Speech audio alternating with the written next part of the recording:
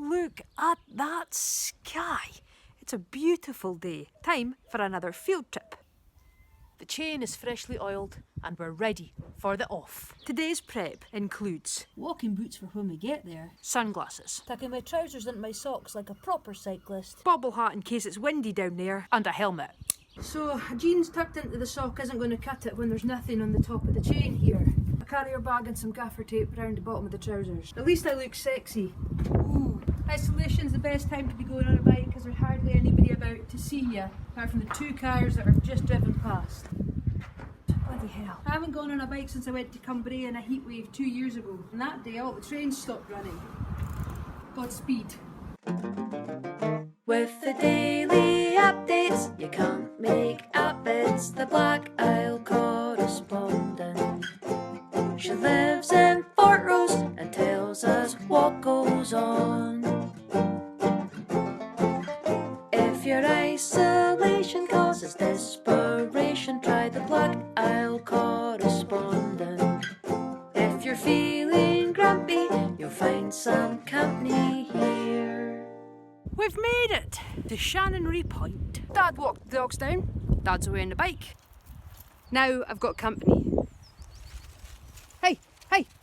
Chanonry Ness is a spit of land that pokes out into the Murray Firth. The lighthouse at Chanonry Point was designed by Alan Stevenson, one of the Lighthouse Stevensons, Father Robert and the 3 brothers David, Thomas and Alan. It's one of 13 that he designed, including Cromarty, just at the end of the Black Isle Peninsula, and the famous Skerryvore lighthouse. The lighthouse was first lit in 1846, but it's been fully automated since 1984, and the house beside it is now a private residence, belonging to my old high school music teacher. Small world, eh? Turning their back on history. The pair of you interested in this? So what, chuck the ball, eh?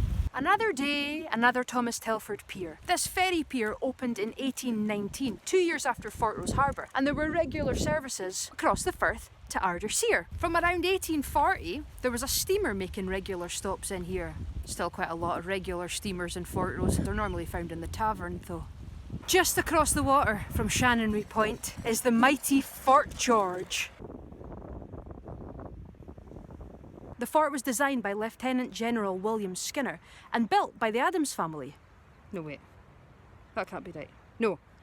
It was built by the Adam family of architects. That is a different thing. It was commissioned after the Battle of Culloden in 1746 and supposed to be a base for King George II's army, but it took 22 years to finish. And by the time it was completed, the Jacobites had been thoroughly quashed. They'd already taken the Jacobites' money, spent it on things like piers, so there's never been a shot fired in anger from Fort George, although the British Army have used it ever since. From 1881 to 1964, it was the base of the Seaforth Highlanders. And after some reshuffling, it's now home to the Black Watch, 3rd Battalion, the Royal Regiment of Scotland. In today's money, they reckon it would cost £1 billion to build Fort George and kit it out.